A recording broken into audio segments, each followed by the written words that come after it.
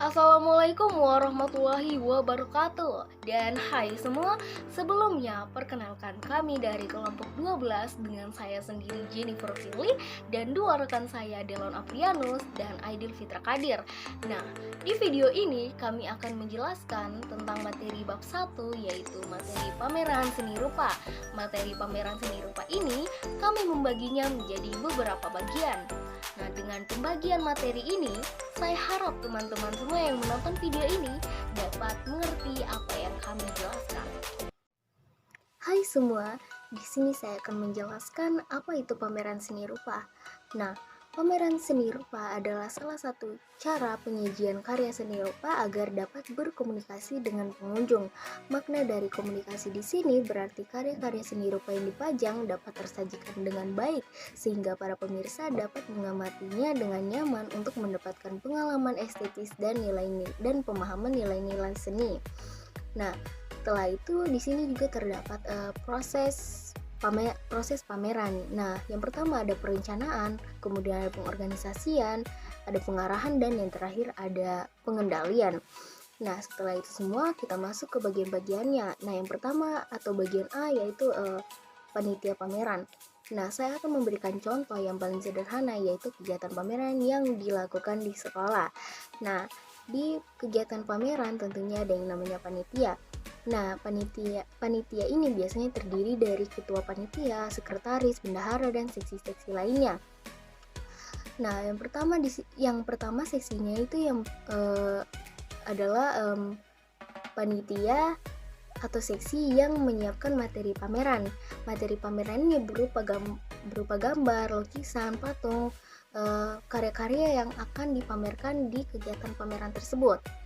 Nah, kemudian yang kedua di sini ada display atau kelompok pemajangan pameran, pemajangan karya. Nah, karya-karya yang telah disiapkan tadi akan dipajang atau akan ditata oleh kelompok display ini. Nah, kemudian yang ketiga ada penataan cahaya. Nah, kelompok penataan cahaya ini akan mengurus pencahayaan yang ada di ruangan ataupun untuk pencahayaan untuk karya seni rupa. Nah, kemudian yang keempat ada yang namanya pembuatan katalog. Nah, pengurus pembuatan katalog ini biasanya kayak penulisan data karya, biografi penyelenggara, display atau layout, dan pencetakan. Nah, kemudian yang kelima ada yang namanya kuratorial. Nah, kuratorial ini adalah pengurus yang menuliskan naskah informasi tentang karya-karya yang dipajang tadi. Nah, kemudian yang keenam ada yang namanya seksi pembuatan label. Nah, pembuatan label ini mengenai materi singkat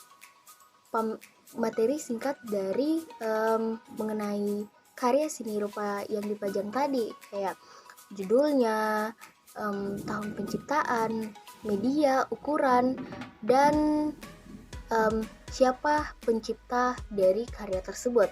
Nah, di samping itu semua juga terdapat seksi sponsor atau seksi pencarian dana, seksi dokumentasi, konsumsi, perlengkapan, keamanan, dan juga seksi acara yang mengurusi entah itu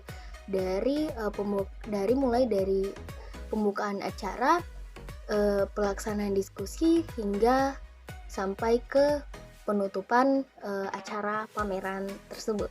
Nah, baik, itulah penjelasan dari bagian A tadi. Untuk bagian-bagian selanjutnya akan dijelaskan oleh rekan saya. Oke, baik. Di sini saya akan melanjutkan materi yang kedua, yaitu proposal pameran. Nah, pada hakikatnya proposal pameran atau inti proposal adalah latar, dasar acuan kegiatan pameran, tujuan pameran, dan dampak pameran yang diharapkan oleh peserta, tema pameran, waktu, dan serta tata tertib yang ada dalam pameran. Biasanya proposal dibuat untuk kepentingan mendapatkan izin kegiatan dari pihak sekolah, keamanan, bahkan pihak sponsor.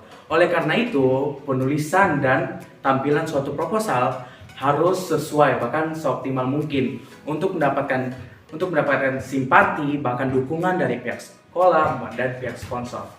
Oke, kita lanjut ke materi yang ketiga, yaitu materi pameran itu sendiri.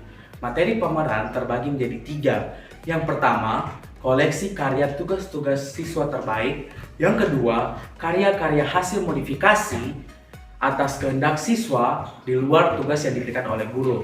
Dan yang ketiga, karya-karya siswa terbaik ataupun karya-karya siswa yang menggunakan lomba keseni rupaan seperti lomba seni rupa, lomba seni lukis, lomba kriya, desain, animasi, dan lain-lain. Setidaknya materi pameran mencerminkan kebudayaan masa kini, di mana siswa sekarang yang berada di zaman elektronik ataupun zaman modern mampu menggunakan fasilitas-fasilitas modern nih, seperti video art, computer art, vector art, bahkan digital painting itu sendiri. Seperti contohnya di Jakarta, banyak orang sekarang mewarnai dengan menggunakan digital painting, sehingga pengunjung merasakan inovasi yang baru. Baik, kita lanjut ke materi keempat, yaitu kurasi pameran.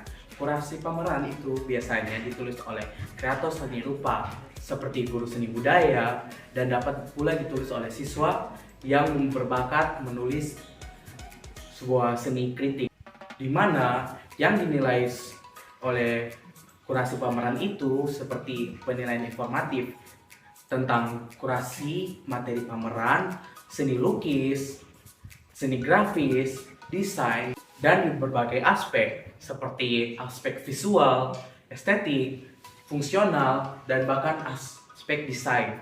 Oke, saya akan melanjutkan materi yang dijelaskan oleh Delon. Nah, kurasi pameran itu terdapat seorang kurator. Nah, fungsi dari seorang kurator menganalisis berbagai faktor keunggulan karya seni yang dipamerkan. Di samping itu, menunjukkan pula kecenderungan kreatif peserta pameran, baik bentuk desain, seni lukis, maupun kriya, sehingga pengunjung mendapatkan bahan banding untuk mengapresiasi karya seni yang dipamerkan. Nah, kita berlanjut ke materi selanjutnya, yaitu artikel pameran. Artikel pameran ditulis dalam bentuk katalog, sehingga isinya menjadi topik bahasan yang menarik yang akan dibahas nantinya. Lanjut ke materi selanjutnya, yaitu bagian E, aktivitas diskusi. Aktivitas diskusi diselenggarakan dalam rangkaian kegiatan pameran. Tujuannya adalah sebagai pengembangan wawasan dan sikap apresiatif. Bagi penyelenggaraannya adalah sebagai ajang evaluatif dan mendapatkan masukan dari peserta diskusi, dan sekaligus menjelaskan gagasan dan karya seni yang diciptakannya, alias pertanggungjawaban karya. Oke, kita berlanjut ke bagian F, yaitu nilai pameran. Aktivitas seni rupa murni, desain, dan kriya adalah kegiatan bagian akhir pembelajaran. Namun, yang perlu dipahami dalam arti kegiatan seni budaya, pameran adalah melatih kemampuan siswa bekerja sama, berpikiran logis, bekerja efektif dan efisien dalam suatu pameran seni budaya, sehingga nilai pameran, tujuan, sasaran, dan tema tercapai dengan baik.